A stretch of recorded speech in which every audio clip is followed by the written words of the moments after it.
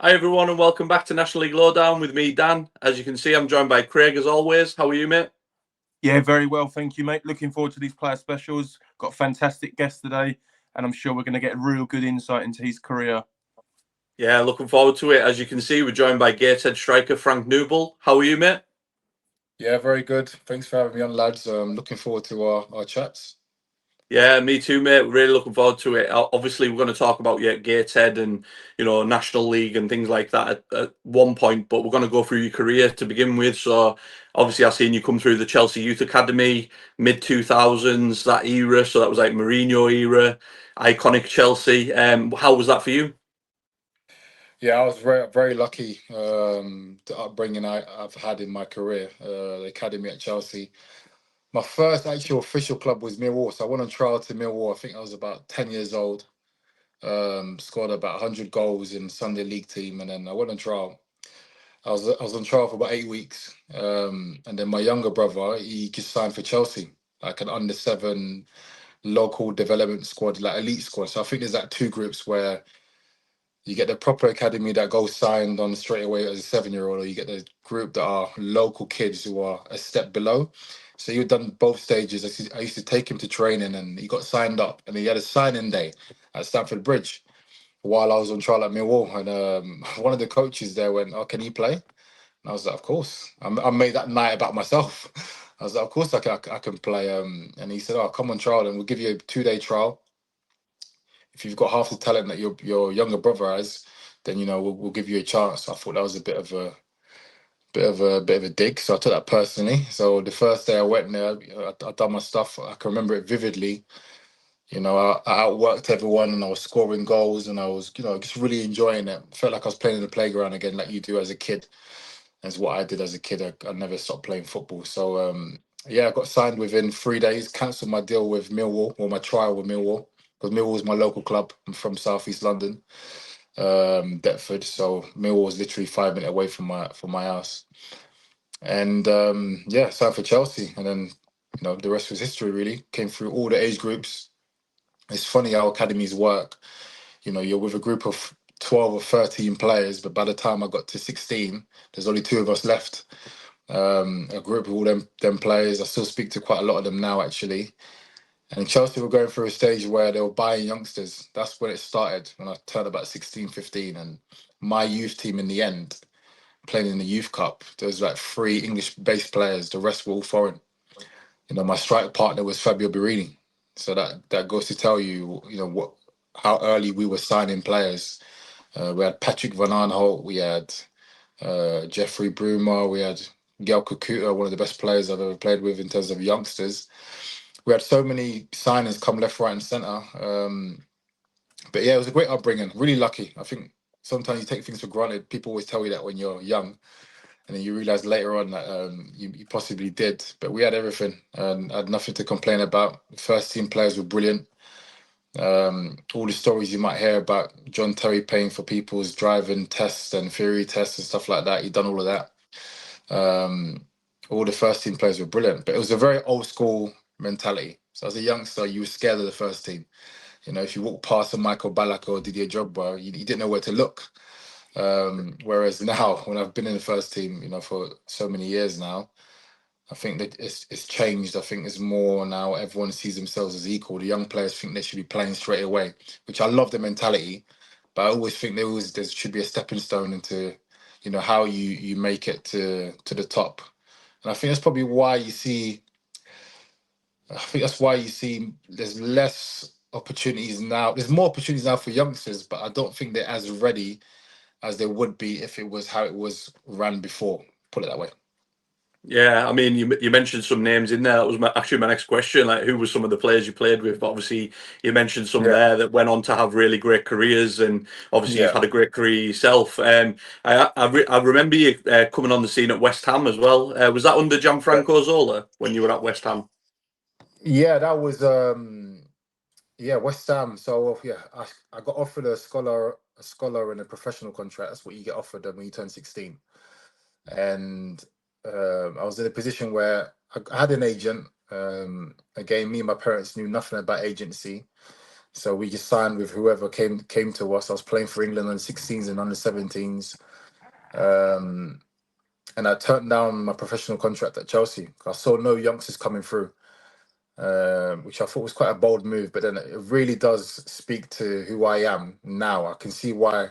I probably told my dad at the time, let's see for elsewhere. Whether we had young Franco Zola used to come and train the youngsters and do shooting practices. And obviously we knew about the history of Chelsea when you're a youngster. You know that Zola's a legend. But again, you take that for granted. Then a year later, I became manager at West Ham, and Steve Clark contacted my agent and he said, "Look, if Frank doesn't want to sign his contract at Chelsea, we'll take him at West Ham now. We'll sign him on a 5-year contract, whatever it might be." And that's how I ended up at West Ham. And even that West Ham, the reason why I left is because I wanted to play first team football. I think as a youngster, sometimes at that time, a lot of youngsters were happy to stay in the reserve team and, progress their careers. But also, a lot of youngsters wanted to play football back then. And I was definitely one of them. I played a youth cup game against Man United. I remember scoring at Old Trafford, at Stratford End, which I support United, so it was a big day for me. But Welbeck was playing in that game, and Ravel Morrison was playing in that game. And we were quite jealous to see that they were getting opportunities in cup games and stuff like that in their first team at such a big club. Man United winning everything. And obviously Chelsea coming into the to the Mourinho era, but there was no room for youngsters getting played. John Terry was the last youngster to play. So for me, it was a case of if I can go West Ham and if there's more of a path and a route to go and play, I'll do it. So I've done it, and I will never regret that decision. Zola chucked us in quite a few games. Me, Zavon Hines, Freddie Sears, James Tompkins, Jack Collinson. We had quite a core of young players, and every now and then he would chuck us into a game or be on the bench and experience it firsthand. I was 16, 17 at this time. So for me, it was an unbelievable experience. I ended up maybe getting 9, 10, 11 appearances in the Premier League. But it was all a blur. It was just a great experience for me. Maybe I wasn't ready, maybe I was. And, I always think football is about timing and luck. There's been games in the games I played in where if I took a chance to score the goal, your trajectory changes, it goes differently. And I always tell that to youngsters now. It's not about always how good you are. It's about the opportunities that you get. If you take them straight away, sometimes your luck is on your side and you got to take advantage of that. And maybe some things didn't go my way at that present time. But my gosh, I will never regret or forget the moments. Yeah, I think for me as well, Frank, I think the boldness of you to take that risk, and drop down and go, right, I want to play first team football. I'll leave Chelsea and I'll go and, find my way. I think there's a lot of players, especially in this day and age, just my opinion, that maybe are quite happy to maybe sit on a bench now. Whereas back then, you wanted to play, like you said. And I think I commend that because that's a massive step to, you like say Chelsea was at the peak of their powers, arguably at that point. You could have stayed, but you took that chance and it worked for you. You got your first team football. And then I've seen, obviously, you moved on. You went on to clubs like West Brom, Swindon, Swansea, Barnsley, Charlton. You've played in a lot of different EFL leagues. What's one thing that you would say is the biggest difference from, like, say, youth level to, like, main team level? Yeah, no, yeah, loved every minute of it. It was a big learning curve. I think when you come through an academy, you learn one style of playing. So, to go from a Chelsea or West Ham to then go straight to a Barnsley, for example. I went Barnsley twice. And they played a totally different way of me ever learning how to play football. And, you just become a man very quickly, instantly. My first real experience in the EFL, like proper experience, I had short spells at Swansea with Brendan Rodgers and then I had one at West Brom, short loan spells. But I went to Ipswich with Mick McCarthy. I think I was 20, 21, and we were in the championship. And he really taught me the game outside of, the shining lights of the Premier League and stuff like that. Like he really taught me how to, make a career in this game and showcase your talents. And I've always been told by him in particular You know, always try to show your strengths rather than, you know, always trying to work on your weaknesses. Because you know, people only see you for 90 minutes. You know, the rest of the week we are training. Some people don't think we train, but we do train, and we try to work on our game. But you tend to work during the season on tactical stuff and how you're going to beat the opponent on the weekend. And then 90 minutes comes, and you know you might not play well. Your touch might not feel great on the day, or you know someone might be quicker and stronger than you on the day, or a better player. But you know, there's one thing you can control is how hard you work off the ball and potentially always trying to show what you're good at. And I think that's one thing that stuck with me. So, you know, if I was quick, I try to show how quick I was. If I was strong, try to show how strong I was in every game. And, you know, I had a spell where I played maybe 20, 30 games in a row, you know, in the championship. And I was really learning my trade at that age. So, no, I'm really thankful that. I'm really thankful that I dived in to try to get myself some game time at a young age. Put it that way. You know, now I'm sitting there, I don't know, 500 games maybe across all leagues, or more than 500. And I'm, yeah, really proud of it. Yeah, like I say, you've had a really storied career so far. Obviously, you're still going as well. Moved into non-league. I seen you at Torquay, Yeovil, and obviously now currently at Gateshead.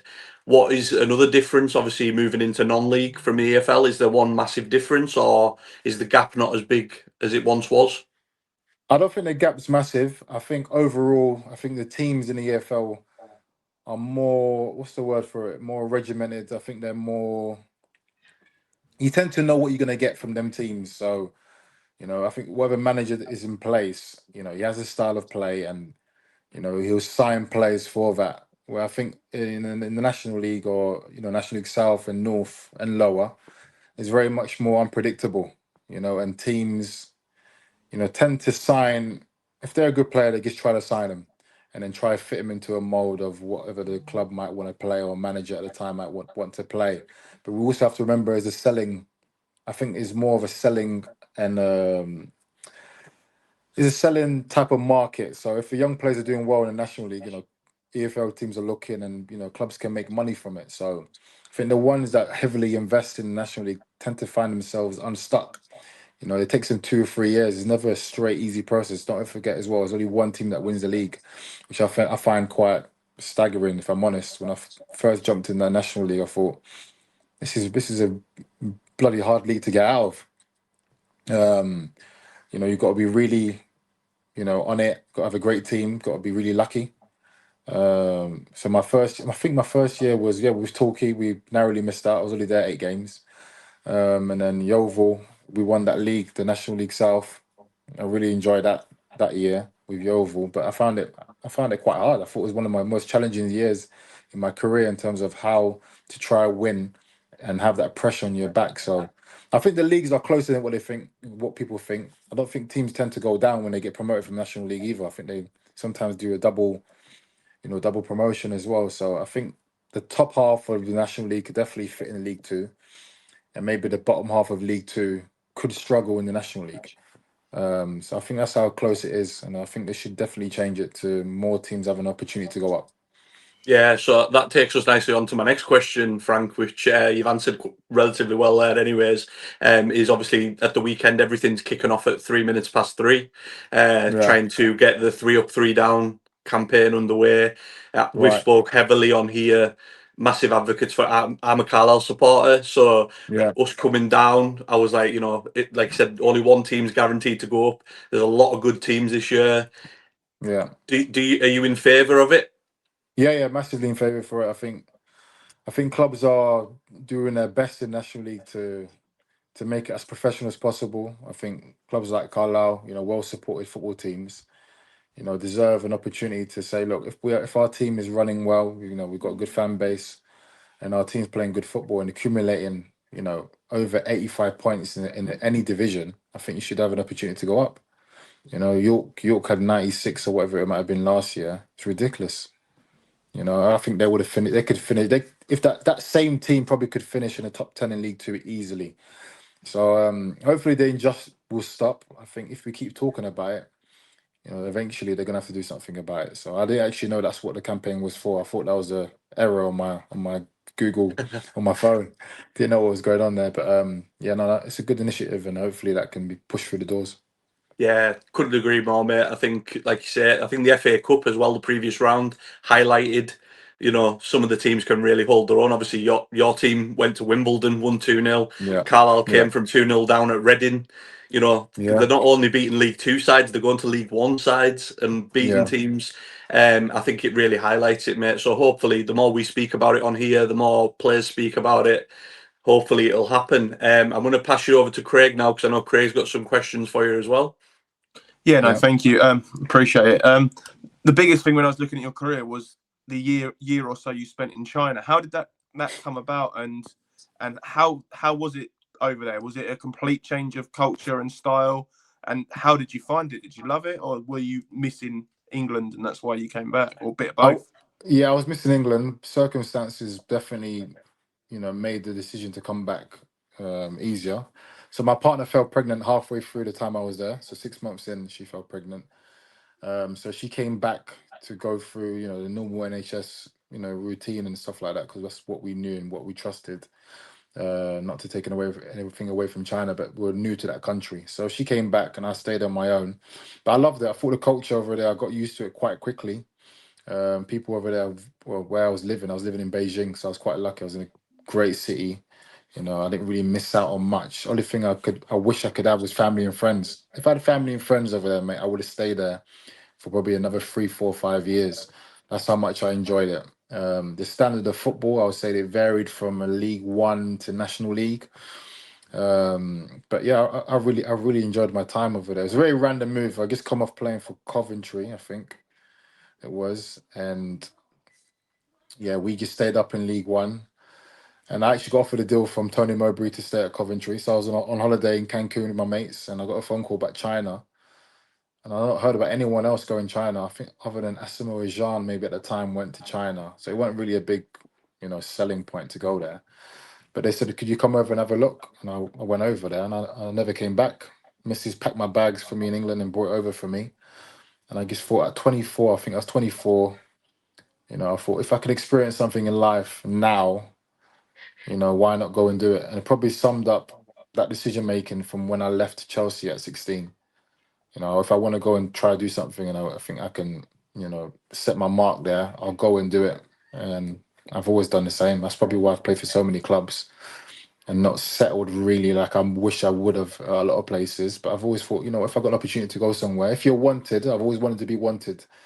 And then when I felt that, I thought, let me go there and prove these people right. So that's what I did.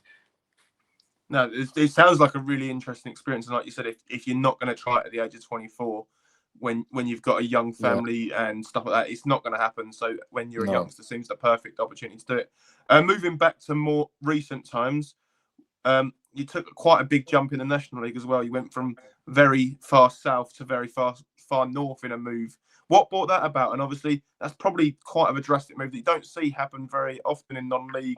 You see teams like people pop up at all the local teams, but you've gone from one side of the country to the other. What made that decision? How was that for your family? Obviously, did you all relocate? Crazy, mate. Crazy. All my friends I've generated over the last couple of years who have played in National League and below, or even League Two, they always seem to circulate the area they live in. So if you live in Manchester, you play for Rochdale, you play for Oldham. You always play for them Stockports, all them kind of teams, sort of thing.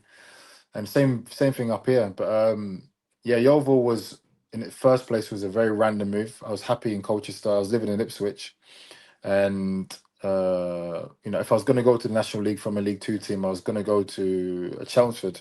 That's who I spoke to at the time. It was Chelmsford and Braintree at the time, but never materialised. And Yeovil came. Mark Cooper swayed me. Said, "Look, we're going to go win the league this year. Come and enjoy your football again. You might have not ended your time at Colchester how you might have wanted to. Come and enjoy it.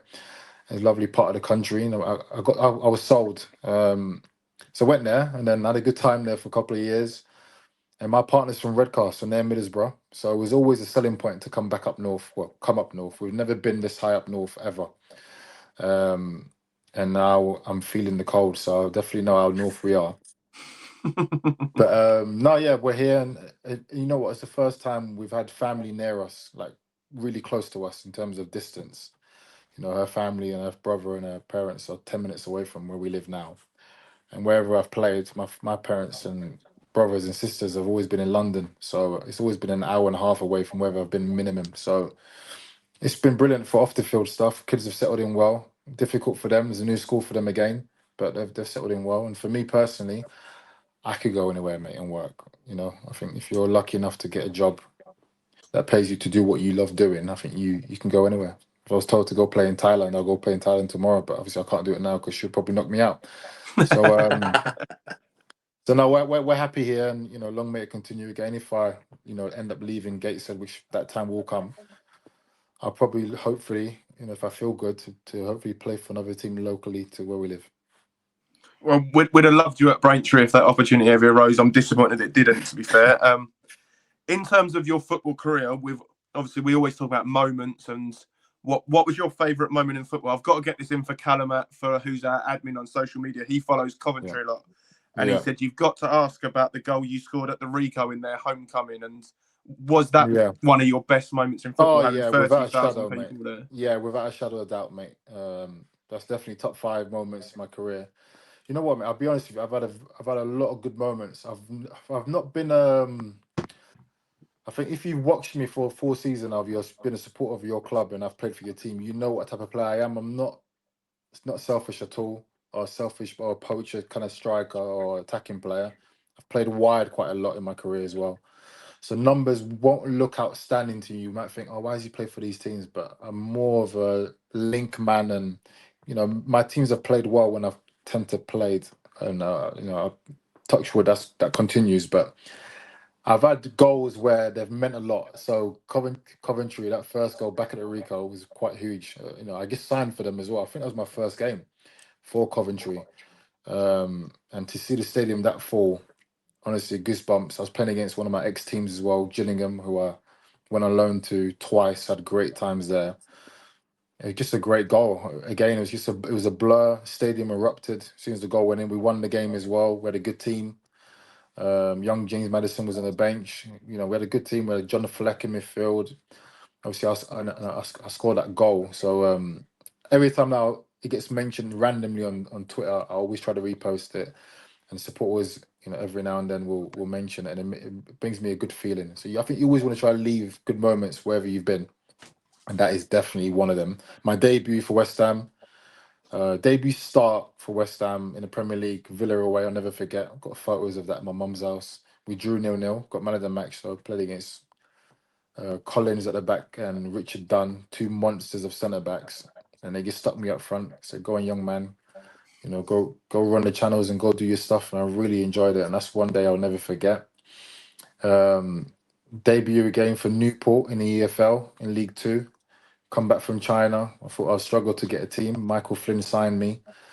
And I think it was my first game again. I scored a hat-trick for Newport against Chesterfield. We won 3-0.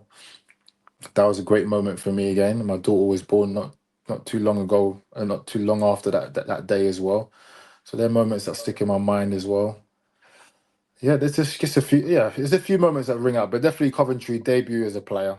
They definitely stick out. I'm probably going to forget somewhere, but again, when you've been at that many places, sometimes you forget things. Hopefully, no goals against our sides. I've got to mention Colchester. Sorry to cut you off, but Colchester, we had a little historic run in the cup. We played Man United in I think round 16 maybe of the Carabao Cup. We beat Spurs at home. We beat Palace away. And then we got Man United, away at Old Trafford. Held them to 0-0 at half time, but eventually lost 3-0. But that run was fantastic. And we had a great squad as well. Some players who are obviously flying now, like Sammy Smodix, he's gone and done well.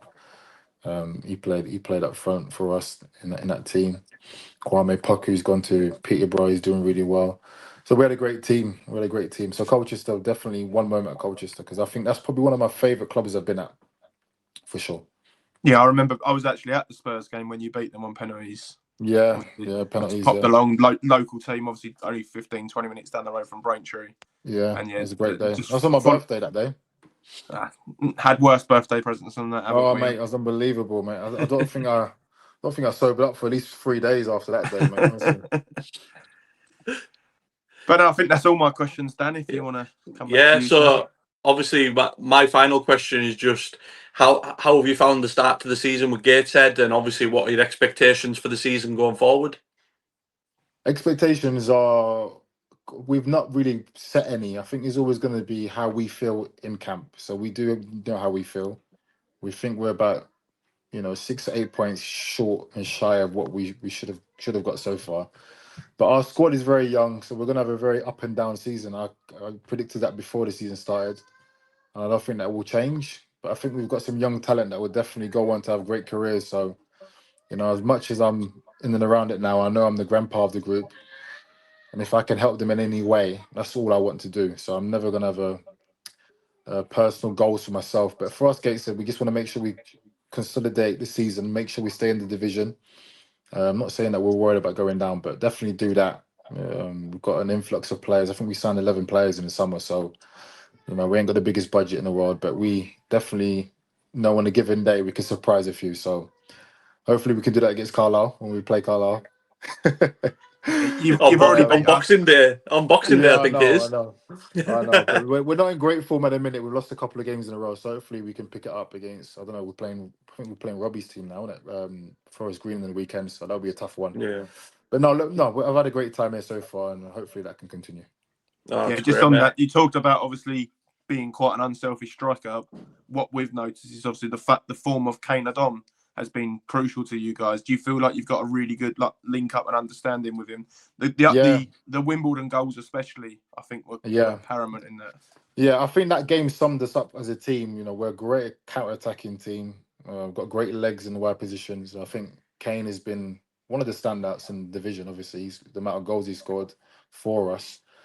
But I think it's just testament to, allow young players to go be themselves. And he's definitely one that we've allowed to do that. And he's been really good, so quick, so sharp, great attitude. And as long as I can keep playing him in, I think he'll keep scoring them. So looking forward to seeing how far he can go. I've set him personal targets for what I think he can do for the rest of the season in terms of numbers wise. And hopefully he can reach them. But he's a great talent. He's definitely one to watch. I think he's still only 23, 22, 23. So, the club got a great asset in him. And we've got a couple of more of them in the team that hopefully can shine even more this season. Excellent.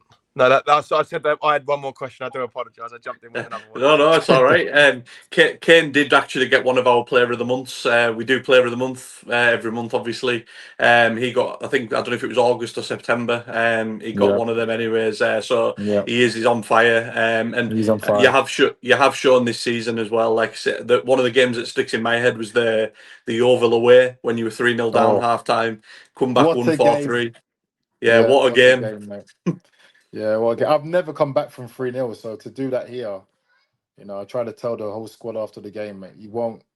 There's a lot of moments in your career you'll have, but ones like that do stick out. We were dead and buried at half time. So, and for me personally, playing against my old team as well, my ex-team and ex-manager was even extra sweet. So that was a great day for us.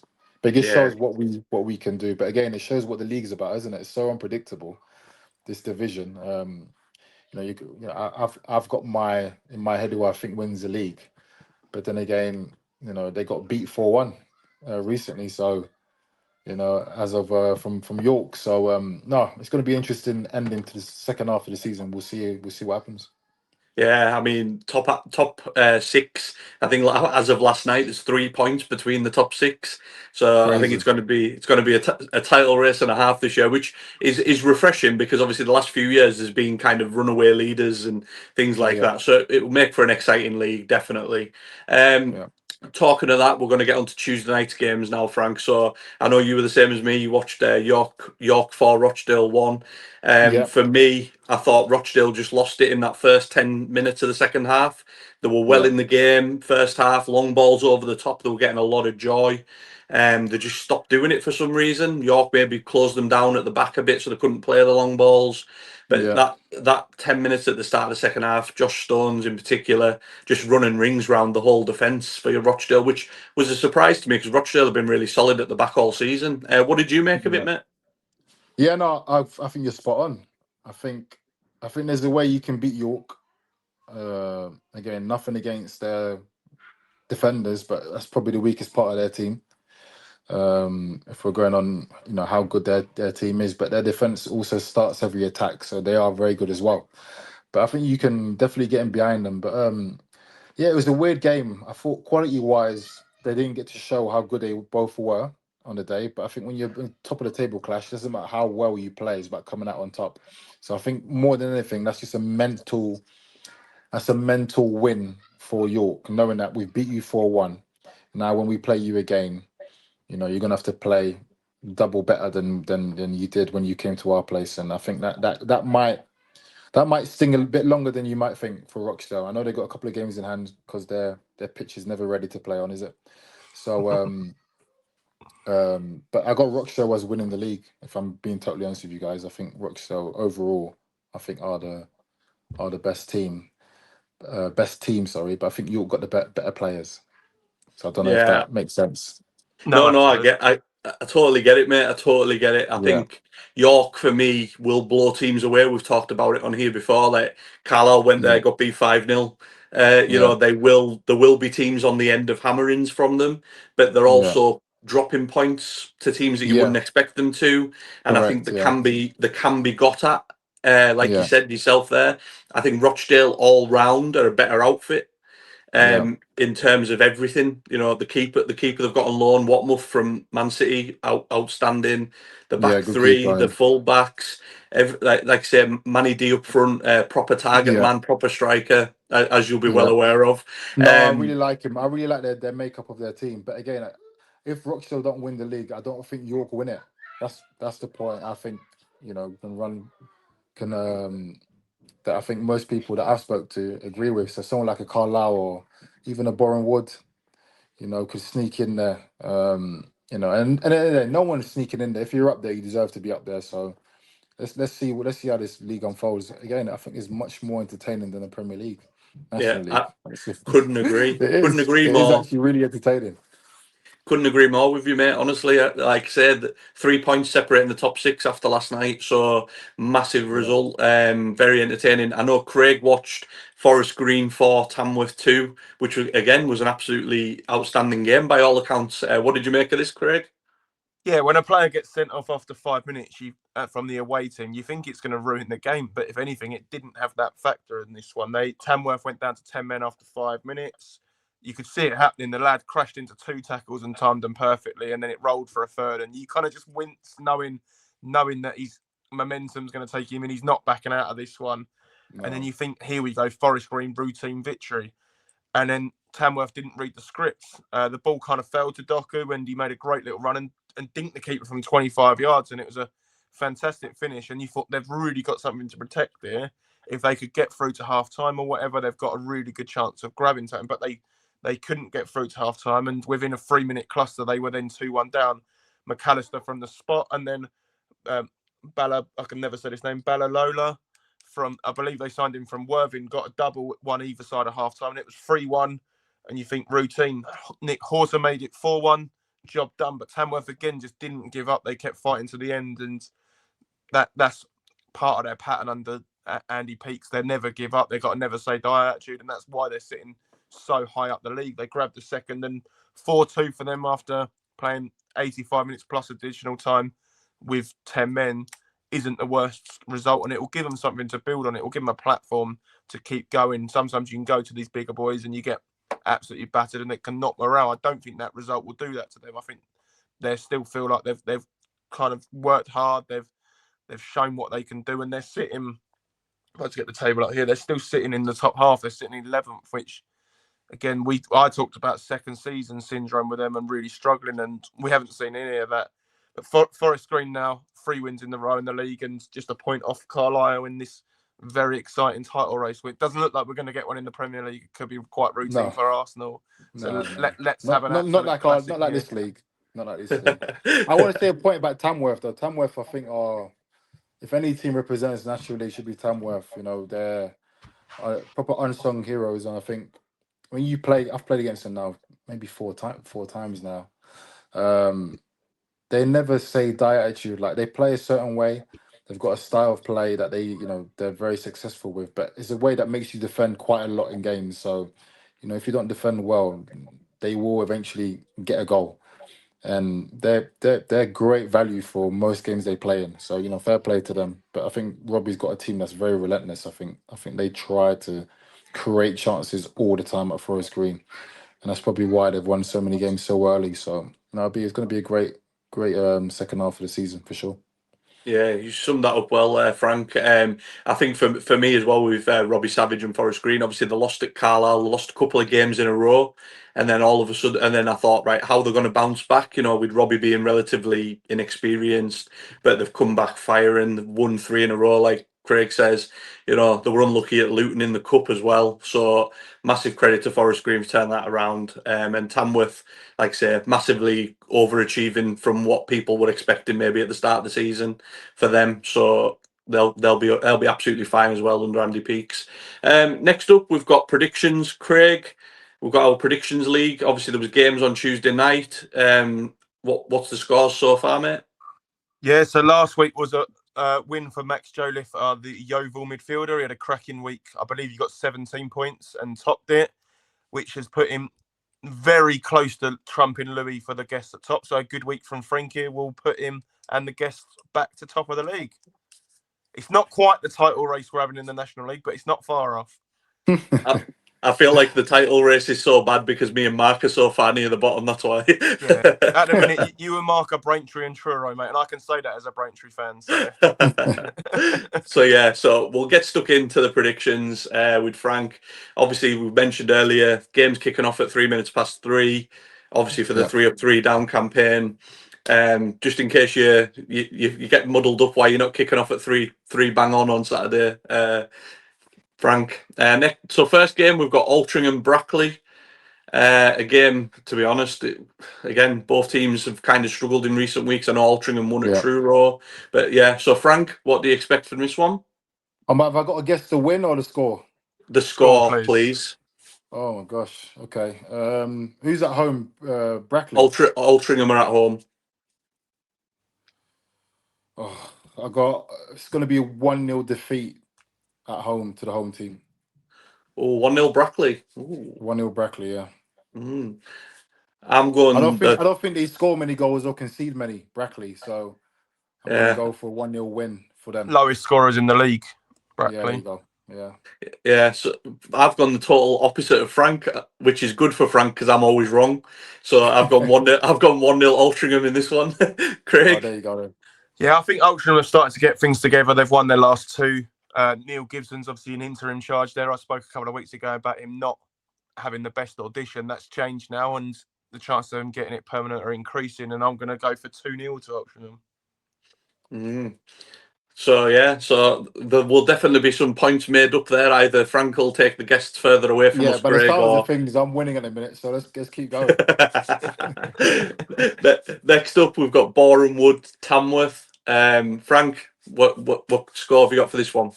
I'm gonna go for a 2-2 draw. Good game. We love a Desmond on here. We do love a Desmond. I've got 2-0 Boreham Wood. I think that they just keep going and going. They've got so many attacking players scoring so many goals at the moment. If Rush doesn't get you, Abdul Malik gets you. If he doesn't get you, Sousa gets you. There's so many. I think Tamworth will struggle with that on the road. Craig? Yeah, I agree, but I'm going to go 3-1 to Boreham Wood. Next up, we've got Craig's team, Braintree against Truro. I think this is probably a relegation 12-pointer, never mind 6-pointer. Craig, I'll come to you first, mate. What have you got for this one? Are you backing your boys? After an improved performance at Wealdstone without the points, I was, but then I found out that I thought we only had 1 player sent off after the whistle. It turned out we had 2 sent off after the whistle. So we're very much down to the bare bones. And one of them was Shea Cooper, who's probably been our best player this season at the moment.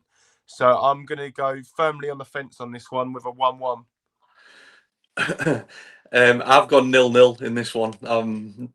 It'll probably end up being 4 each now. But now I've said 0-0. I'm commentating on this one for DAZN, so let's hope there's a little bit more excitement than a 0-0, please. Right, so can we confirm who Braintree are playing against? Truro. Truro. Oh, okay. Oh, it's a big game, this one, then, isn't it? Massive. Yeah. Right. I'm going to go for. I'm going to go for Braintree win. I'm going to go 3-1 as well, Braintree. Frank, Craig will have I you would back love it. anytime on here now. Mate, That's you're it. welcome back on this podcast anytime.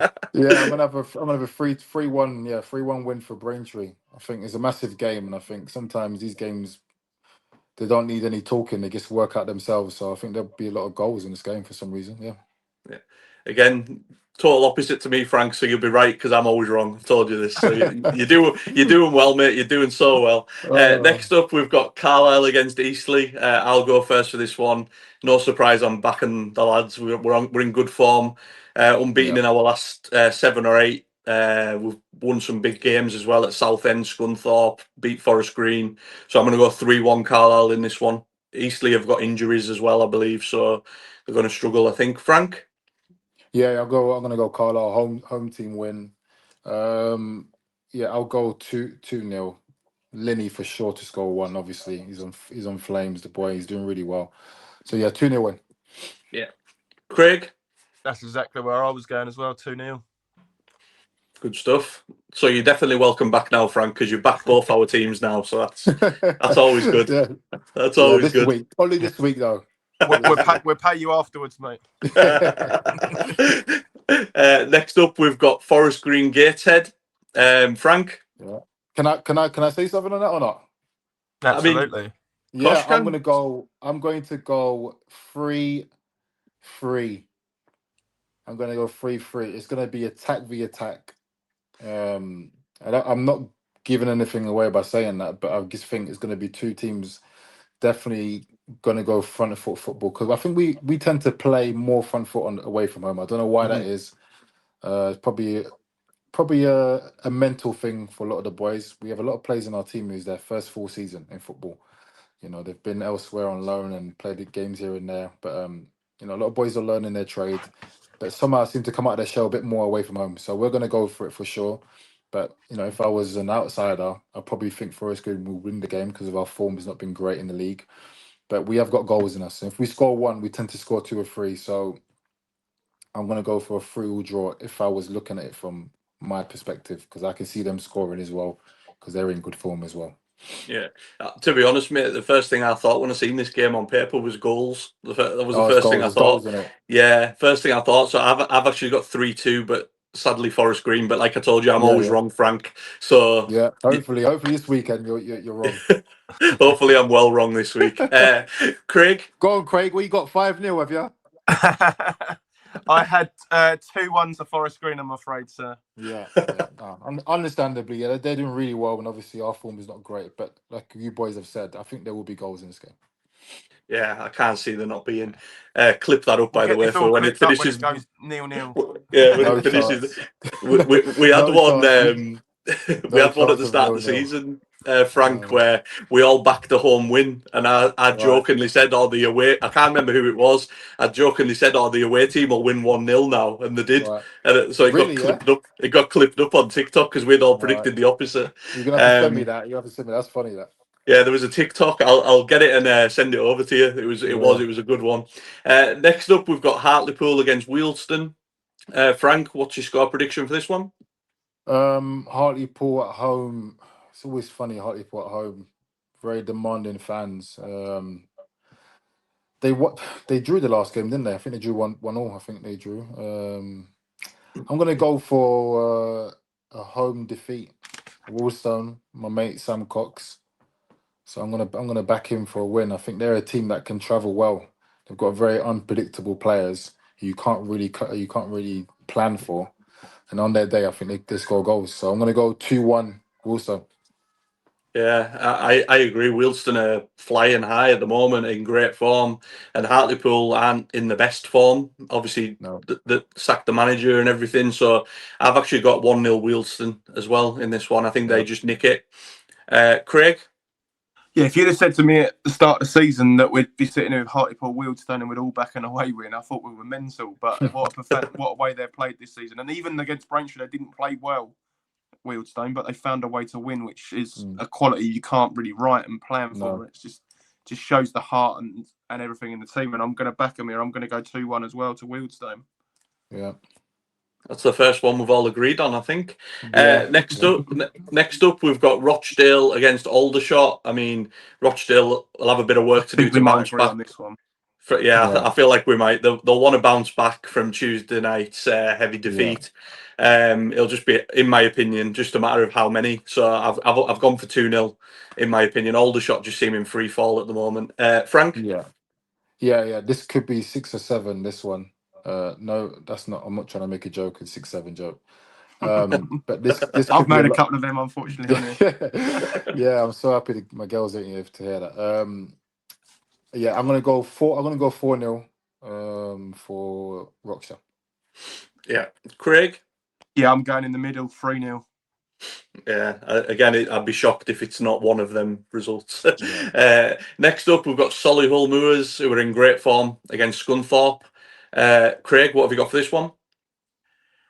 Yeah, it's a tough one, this one. I think Solihull Moors, as you said, they've turned a corner and they've looked really good at home. They've had quite a few home clean sheets. But I think they are going to concede in this one, but I think it's going to be a 1-1 draw. I've brought my Desmond out for this one. I've got 2-2 in this one. I think Solihull are good at home. Scunthorpe are obviously in great form as well, flying high.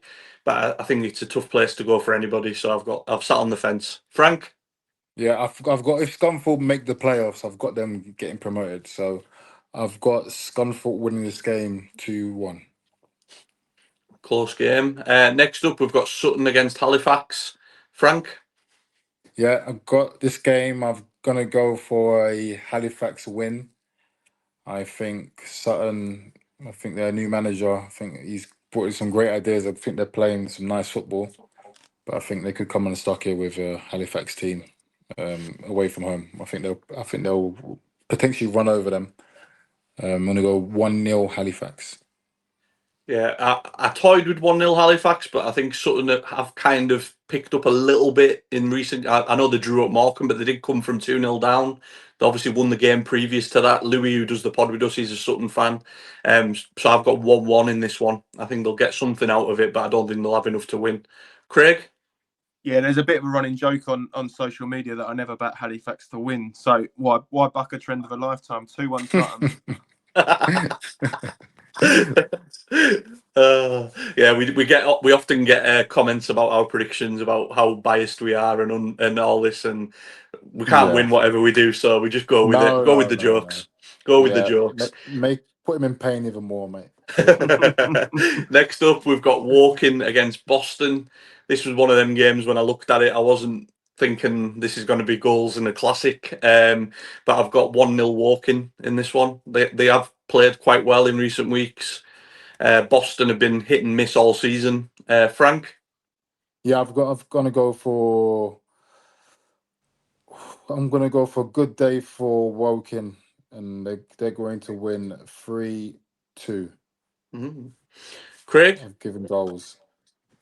Yeah, so Woking have turned the corner. I remember we had Jacob, the Woking fan, on, and we were talking about the manager getting sacked. And since then, they've gone on a little bit of a run, and things have kind of got a lot better for them. And Boston, we talk about them winning about 1 in 4. I don't think this is going to be that one. I think it's going to be 2-0 to Woking. Yeah. Next up, we've got Yeovil at home to Southend. Again, this could be a good game. Low key could be a good game. Frank, what have you got for this one? Yeah, that's a great game. That's both times I played them with Yeovil. It was a great game. So I think that's got great game written all over it again. I'm going to go 2-2 draw. Yeah, 2-2 draw. Yeovil at home, right? Yeah, Yeovil at home. Yeah. Yeah, so they're definitely conceding goals. So I'm going to go 2-2. Mm-hmm. Craig? I've got Southend just to pinch this one 2-1. Yeah, I've got 2-1 Southend as well. They created a lot of chances against Carlisle last week. They were very unlucky to come away with nothing.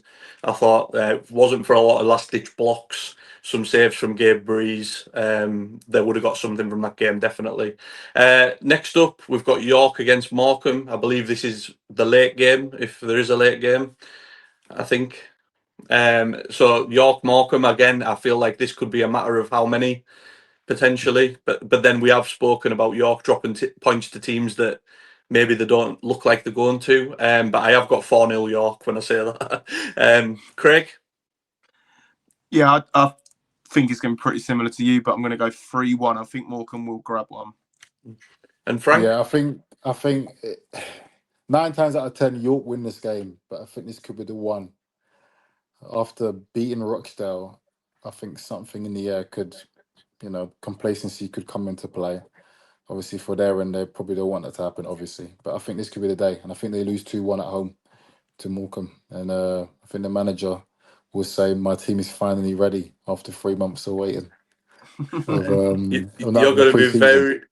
going to be very popular with the York viewers, Frank. I think at least it'll take the heat off me for a while. Bring them on, mate. They beat us 4-0 anyway, so they can have it. Take the heat off us for a while, Frank. I appreciate it, brother. I appreciate it. And then last up, it's a Tuesday night game next week. We've got Morecambe against Brackley. It's obviously one of Morecambe's games in hand.